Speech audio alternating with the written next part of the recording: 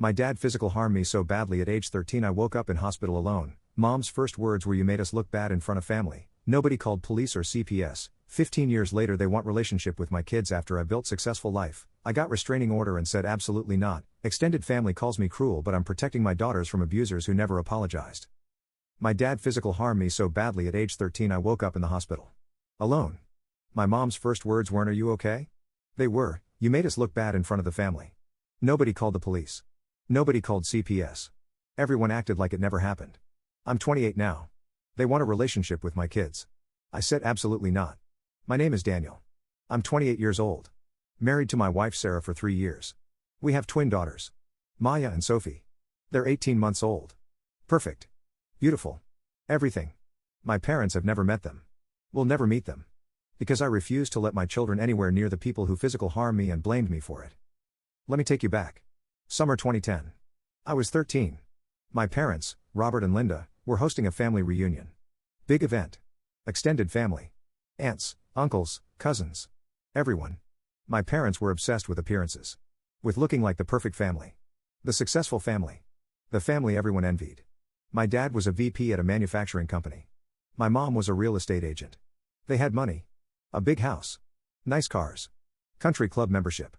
All the markers of success. But behind closed doors, it was different. My dad had a temper. Always had. Yelling was normal. Intimidation was normal. Physical discipline, his words, was normal. I'd been hit before. Slapped. Shoved. Belt to the back and legs. Nothing that left lasting marks. Nothing that couldn't be hidden. Nothing that made people ask questions. Until that day. The reunion was at our house. Backyard party. Pool. Barbecue. About 40 people. I was helping set up. Carrying chairs. Moving tables. Doing what I was told. My cousin Jake was there. 15. 2 years older than me. We were close. Or had been when we were younger. But he'd gotten into that phase where he needed to prove he was tough. Cool. Better than everyone. He started messing with me. Subtle at first. Danny's such a mama's boy. Danny does everything daddy says. Danny's so obedient. I ignored him. Kept working. Didn't engage. But he kept going. In front of other cousins. In front of people. Making me look weak. Making fun of me. Finally, I snapped. At least I'm not a burnout who got suspended 3 times last year. His face went red. What did you say? You heard me. He shoved me. I shoved back. We started fighting. Really fighting. Punching. Wrestling. Ended up in the pool. Splashing. Making a scene. Adults rushed over. Pulled us apart. My dad grabbed me by the arm. Yanked me out of the pool. Dragged me into the house. I was dripping wet. Breathing hard. Angry. Embarrassed. We got inside. Dad slammed the door. Looked at me with rage I'd never seen before. What the hell is wrong with you? He started it. He was making fun of me in front of everyone. I don't care who started it. You don't fight at a family event. You don't embarrass me like that. I didn't mean to. Shut up. You made us look like trash. Like we can't control our own kid. Like we have no discipline. Dad, I'm sorry. He hit me. Backhanded me across the face. Hard. I stumbled back. Tasted blood. You're going to learn respect. Right now. What happened next is blurry. Fragmented. My brain has blocked out parts of it. I remember being hit. Multiple times. Face. Body. Falling down. Getting kicked. Trying to protect myself. Curling into a ball. Begging him to stop. I remember my mom coming in. Not to stop him. But to tell him, keep it down. People can hear. I remember more hits. More pain. Then nothing. Blackness. I woke up in a hospital. My head was pounding. My body upset everywhere. I could barely move. A nurse was there. You're awake. Good. You had a concussion. Broken rib. Lots of bruising. You're going to be okay. Where's my family? They dropped you off. Said you fell down the stairs. They had to get back to their party. Said they'd call later to check on you. They left me. Alone. In a hospital. After physical harming me unconscious. Went back to their party like nothing happened. I was 13 years old. In a hospital bed. By myself. Terrified. In pain. Alone. Hours later, my mom showed up. No dad. Just mom. She didn't hug me. Didn't ask if I was okay. Didn't comfort me. She sat down. Looked at me with cold eyes. And said, "You made us look bad in front of the family." I stared at her. What? Fighting with Jake. Making a scene. Forcing your father to discipline you during a family event. Everyone saw. Everyone knows. Do you understand how embarrassing that is? Mom. Dad physical harm me. I'm in the hospital. You fell down the stairs. That's what we told everyone. That's what you'll tell the doctors. You fell. Understand? But I didn't. Yes. You did. You fell. After the fight. You were upset. Ran inside. Tripped. Fell down the stairs. That's the story. Mom, that's not what happened. That's exactly what happened. And that's what you'll say. Unless you want things to get worse. Threat. Clear threat. I was 13. In a hospital bed. Terrified of my own mother. Okay. Good. The doctors will ask questions. You tell them you fell. Got it? Got it. And when you come home, you apologize to your father. You apologize for embarrassing him. For fighting at his party. For making him discipline you. Understand? Yes. Good. I have to get back to the party. We'll pick you up when you're discharged. She left. Went back to the party. Left me alone again. A doctor came later. Asked questions. Your injuries seem severe for a fall. Are you sure that's what happened? I wanted to tell the truth. Wanted to scream it. But I was 13. Scared. Pressured. I fell. Down the stairs. I was running. Wasn't paying attention. Just. Fell. The doctor looked skeptical. These injuries, the pattern of bruising, they're more consistent with an assault. With being hit multiple times. I fell. That's what happened. Daniel, if someone upset you, you can tell me. We can help. You're safe here. Nobody upset me. I fell. Can I please just go home? The doctor eventually stopped pushing. Documented my story. Let it go. Looking back, I wish he'd pushed harder. Wish he'd called CPS anyway. Wish someone had saved me. But they didn't. I went home 2 days later. Back to the house. Back to my parents. Back to pretending everything was fine. The family reunion was over. Everyone had gone home. It was just us. Me, Mom, Dad. My dad didn't apologize. Didn't acknowledge what he'd done. Just said, "You learned your lesson?" "Yes, sir." "Good. Don't embarrass me again." That was it. The conversation was over. My broken rib. My concussion. My bruises. All of it dismissed as discipline. As a lesson. My mom was even worse. Spent the next week complaining about how the family was talking. How people were asking questions. How embarrassing it was.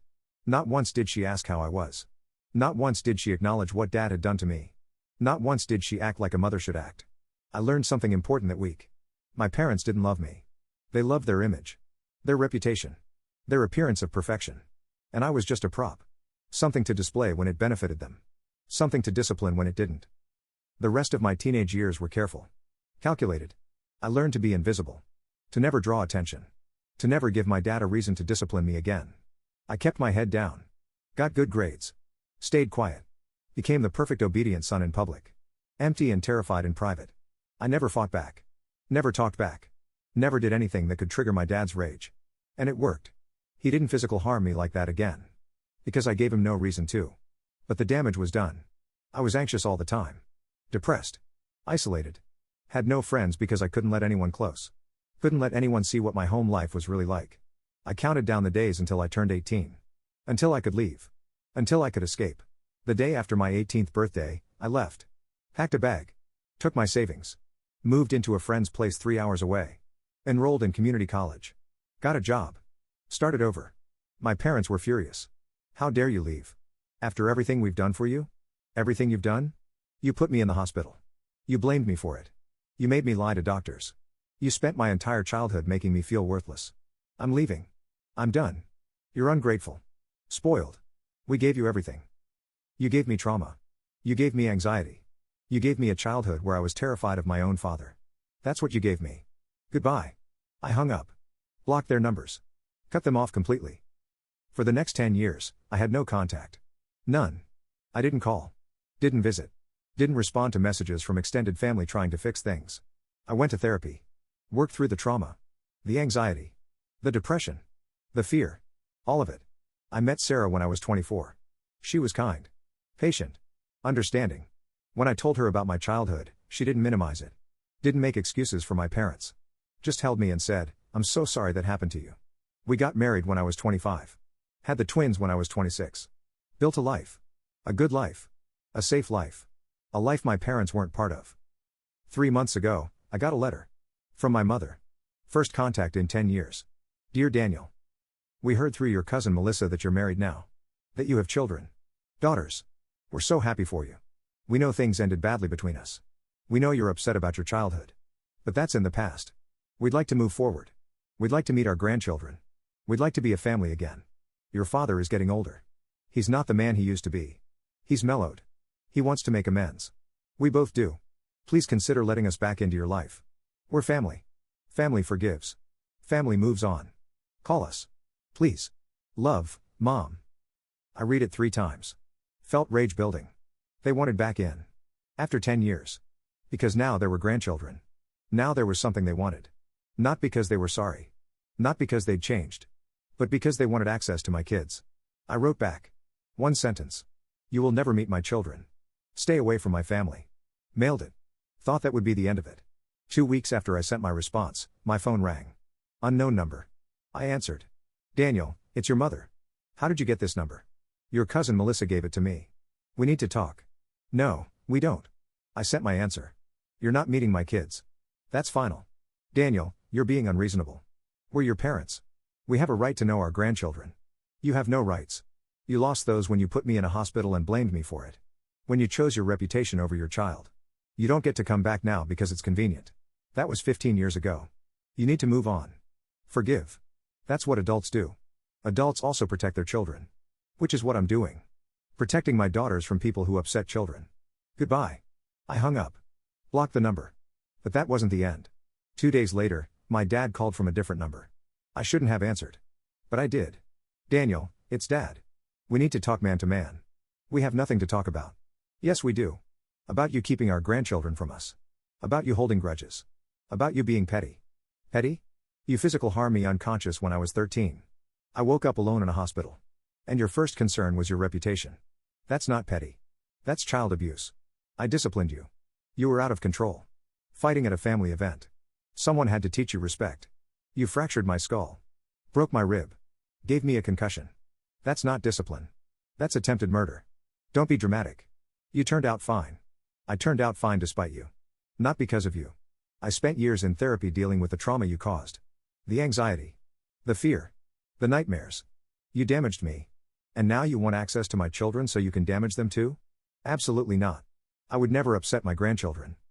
You said you'd never upset me. Then you put me in a hospital. Your word means nothing. You're not meeting my kids. Ever. Stop calling. I hung up. Blocked that number too. 3 weeks later, my Aunt Barbara showed up at my house. My dad's sister. I'd liked her when I was a kid. She'd always been kind to me. She knocked. I answered. Saw her on my porch. Immediately knew why she was there. Aunt Barbara. Daniel. Can we talk? About my parents wanting to meet my kids? No. The answer is no. Can I at least come in? Say my piece? Against my better judgment, I let her in. Sarah was upstairs with the twins. I stayed in the living room with Barbara. Your parents are heartbroken, she started. Good. Daniel, that's cruel. Is it? They broke my heart when I was 13. When they physical harmed me and blamed me. When they left me alone in a hospital. When they spent my entire childhood making me feel worthless. They don't get to be heartbroken now. They made mistakes. They were young parents. Didn't know better. I was 13 when it happened. They were in their 40s. They weren't young. They were adults who chose to physical harm their child and cover it up. Your father has anger issues. He always has. But he's better now. He's on medication. Goes to therapy. He's changed. Good for him. He's still not meeting my kids. Why are you being so stubborn about this? Because I'm protecting my children. Something my parents never did for me. I will not let my daughters anywhere near people who upset children. Who cover it up. Who blame the victim. That's not stubbornness. That's parenting. They're your parents. They deserve nothing. Being a parent doesn't give you lifetime access to your child. You have to earn that. Through love. Through protection. Through not physical harming your kid unconscious. They failed. They lost access. That's the consequence. What about forgiveness? What about second chances? I've forgiven them. For me. So I can move on with my life. But forgiveness doesn't mean reconciliation. Doesn't mean access. Doesn't mean pretending it never happened. I can forgive them and still never let them near my family. You're punishing them. I'm protecting my children. There's a difference. If they feel punished, that's their guilt. Not my problem. Barbara sighed. Your mother cries every night. Your father is depressed. They just want to meet their grandchildren. To be grandparents. Is that so wrong? Yes. When you've proven you can't be trusted around children. When you've shown you value reputation over safety. When you've demonstrated you'll upset kids and cover it up. Then yes, wanting access to more children is wrong. They would never upset Maya and Sophie. How do you know? How can you guarantee that? You can't. And I won't risk it. My daughter's safety is worth more than my parents' feelings. End of discussion. I think you're being unreasonable. Then you're welcome to leave. And tell my parents the answer is still no. It will always be no. Stop sending people to my house. She left. Upset. Disappointed in me. I didn't care. A month later, my cousin Melissa called. The one who'd given my parents my number. Danny, we need to talk. About my parents? No. About how you're tearing the family apart. About how everyone's choosing sides. About how you're causing drama. I'm not causing drama. I'm setting boundaries. Big difference. You're keeping your parents from their grandchildren. That's cruel. My parents kept me in an abusive home. That's cruel. I'm breaking the cycle. That was so long ago. Why can't you move on? I have moved on. I have a life they're not part of. That's moving on. What you're asking is for me to forget. To pretend it didn't happen. To give them access to more children they could upset. That's not moving on. That's enabling. They wouldn't upset Maya and Sophie. Everyone keeps saying that. But nobody can guarantee it. And I won't risk my children to make my parents feel better. The family thinks you're wrong. That you're holding grudges. That you're being vindictive. The same family that watched me get physical harm and said nothing? That covered for my parents? That acted like it never happened? I don't care what they think. They failed me then. They're failing me now. So you're cutting off everyone? Your entire family? I'm cutting off people who think I should expose my children to my abusers. If that's everyone, then yes. Everyone. You're going to regret this. The only thing I regret is not cutting them off sooner. Goodbye, Melissa. I hung up. Blocked her. 2 months after the initial letter, I got a message on Facebook. From my dad. He'd created a fake account to contact me. Daniel, this is your father. I know you've blocked me everywhere. But I need you to hear me out. I'm sorry. For what happened when you were 13. For hitting you. For upsetting you. For leaving you in the hospital. For not being the father you needed. I was wrong. I know that now. I was angry. Had untreated mental health issues. Took it out on you. That was wrong. I'm in therapy now. Have been for 3 years. I'm on medication. I'm working on myself. I'm not the same person I was. Your mother is sorry too. She should have protected you. Should have stopped me. Should have been a mother. She failed you. We both did. We want to make amends. Want to show you we've changed. Want to be part of your life. Part of your children's lives. Please give us a chance. We can start slow. Supervised visits. Public places. Whatever makes you comfortable. Just please. Let us try. We love you. We always have. We just didn't know how to show it. We're learning now. Please let us prove it. Dad. I read it multiple times. Felt something. Not forgiveness. Not softening. But. Something. Acknowledgement maybe? That they finally admitted what they'd done? I showed Sarah. What do you think? She read it. Looked at me. Do you want them in our lives? No. But they're acknowledging what they did. Finally. After 15 years. They're acknowledging it because they want something. They want access to the girls. If there were no grandchildren, would they be apologizing? She was right. This apology came with strings. With conditions. With an agenda. You're right. They're not sorry. They're strategic. What do you want to do? I want to respond. One last time. Make it clear this isn't happening. I wrote back. Dad. I appreciate the apology. I'm glad you're in therapy. I'm glad you're working on yourself. That's good for you. But it doesn't change my answer. You and Mom are not meeting my children. Not now. Not ever. Here's why. When I was 13, you physical harmed me so badly I had a concussion, a broken rib, and severe bruising. I woke up alone in a hospital. You and Mom went back to your party. Mom's first words to me weren't concern. They were anger that I'd embarrassed you. You made me lie to doctors. Made me say I fell. Pressured me if I told the truth. For the next 5 years, I lived in fear. Anxiety. Depression. Walking on eggshells so you wouldn't upset me again. You destroyed my childhood. My sense of safety. My ability to trust. Now, 15 years later, you're apologizing. Not because you're truly sorry. But because you want something. Access to my children. If there were no grandchildren, would you be apologizing? Would you be in therapy? Would you be making amends? I don't think so. This apology is self-serving. It's not about me. It's about you getting what you want. And what you want is access to my daughters. So you can be grandparents. So you can play the role of loving family. So you can rehabilitate your image. But I remember who you are. What you did. What you're capable of. And I will not risk my children's safety on the possibility that you've changed. Maybe you have changed. Maybe you're better. Maybe you'd never upset Maya and Sophie. But I don't know that. Can't know that. Won't risk it. My job is to protect my children. Not to give you opportunities to prove you're different. You had 18 years to be good parents. You failed. You lost that privilege. You don't get to try again with my kids. This is my final response.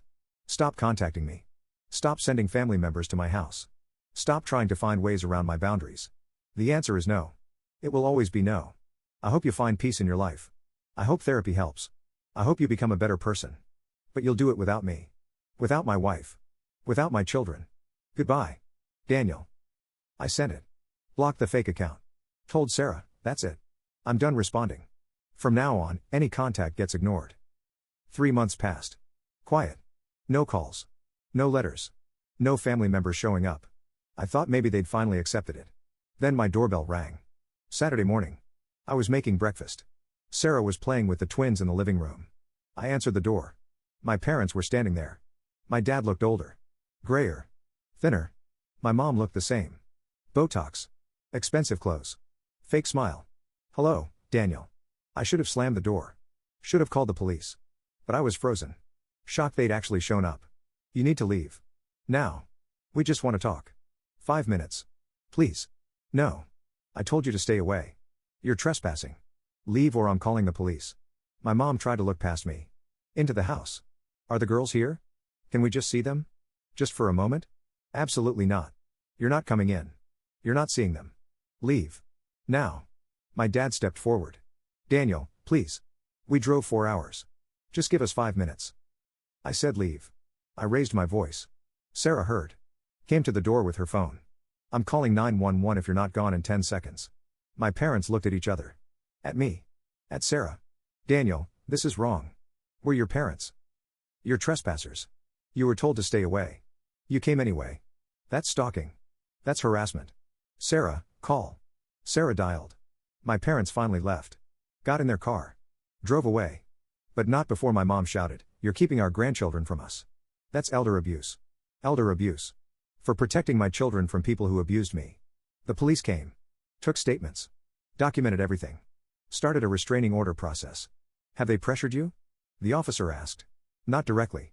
But they showed up at my house after being told multiple times to stay away. They're trying to access my children despite being told no repeatedly. That's concerning behavior. Given your history with them, I'd recommend a restraining order. We can help with that.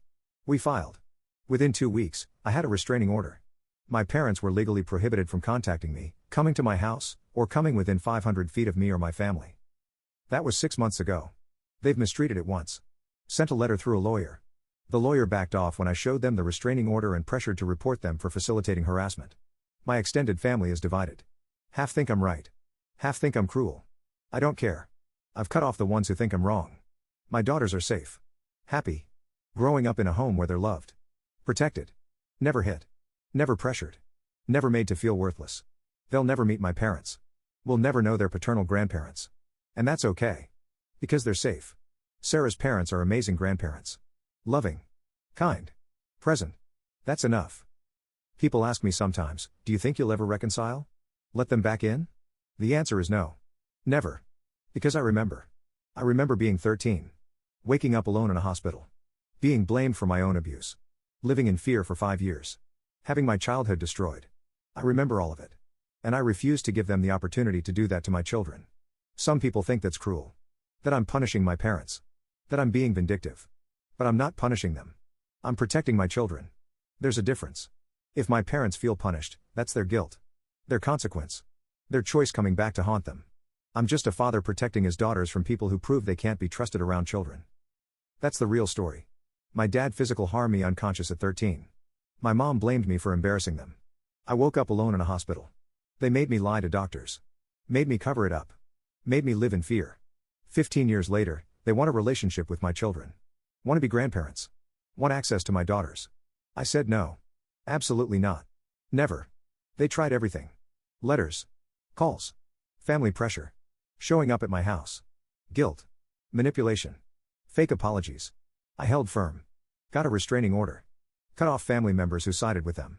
Protected my children. Now they're gone from my life. Completely. Legally. Permanently. And my daughters are safe. Will grow up never knowing what it's like to be afraid of your own parents. To wake up alone in a hospital. To be blamed for your own abuse. They'll grow up loved. Protected.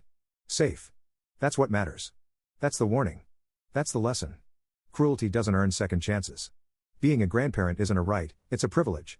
A privilege that's earned through being a good parent first. My parents failed at being parents. They don't get to try again with my children. They don't get to use my daughters to rehabilitate their image. They don't get to pretend the past didn't happen. The past did happen. It shaped who I am. It determined who I'll protect. It made me the kind of father who will choose his children over his parents every single time. My dad physically harmed me. My mom enabled him. 15 years later they want back in. I said no. Filed a restraining order. Cut them off permanently. Some people think that's harsh.